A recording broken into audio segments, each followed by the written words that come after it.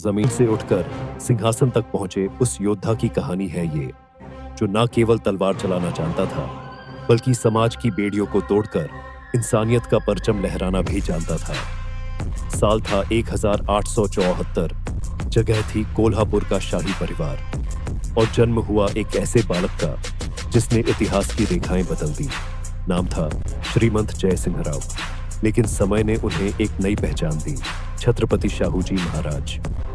उनका जीवन कोई साधारण शासक की गाथा नहीं, बल्कि एक ऐसे क्रांतिकारी सम्राट की महागाथा है जिसने राजा होते हुए भी खुद को जनता का सेवक कहा। बचपन में ही माता पिता का साया सिर से उठ गया, लेकिन किस्मत उन्हें कोल्हापुर की राजगद्दी तक ले आई।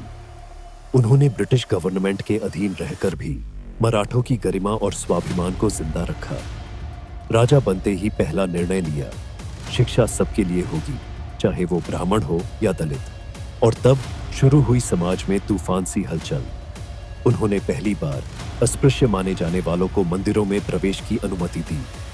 ब्राह्मण वर्ग में विरोध की आग भड़की, लेकिन शाहूजी डरे नहीं। वो समाज की हर जात पात की दीवार को तोड़ना चाहते थे। उन्होंने कहा, अगर मैं राजा हूं तो मेरी प्रजा का हर बच्चा मेरा है, चाहे वो किसी भी जाति का क्यों ना हो। उन्होंने न केवल शिक्षा में आरक्षण की नींव रखी, बल्कि दलितों के लिए अलग स्कूल, छात्रावास और वजीफे भी सुनिश्चित किए। 1902 में उन्होंने पिछड़ी जातियों के लिए सरकारी नौकरियों में 50% आरक्षण की घोषणा की, और यह था भारत में आरक्षण का पहला ऐतिहासिक कदम।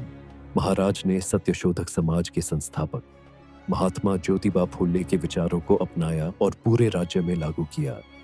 उन्होंने जातिवादी कुरीतियों से लड़ने के लिए नारायण गुरु, बाबा साहेब आम्बेडकर, विट्ठल रामजी शिंदे जैसे विचारकों का समर्थन किया और समाज में सुधार की बयार बहाई। वे न केवल सुधारवादी थे, बल्कि एक साहसी योद्धा भी। जब कोल्हापुर रियासत में विद्रोह हुए, शाहूजी ने खुद तलवार उठाई। उन्होंने बार बार ब्रिटिश साम्राज्य से टकराव किया, करों के खिलाफ आवाज उठाई और अपनी रियासत को एक आधुनिक राज्य का रूप दिया। उनके शासन में बाल विवाह पर रोक, विधवा पुनर्विवाह को समर्थन, स्त्री शिक्षा को प्रोत्साहन और मजदूर कानूनों का निर्माण जैसे कई ऐतिहासिक फैसले लिए गए। उनकी दृष्टि इतनी दूरगामी थी कि उन्होंने प्रेस की स्वतंत्रता को भी महत्व दिया और केशव सुत जैसे लेखकों को प्रोत्साहन दिया। उन्होंने अपनी रियासत में हिंदी, मराठी और अंग्रेजी शिक्षा को समान रूप से बढ़ावा दिया और सार्वजनिक पुस्तकालयों की स्थापना करवाई। लेकिन एक राजा का सफर कभी आसान नहीं होता।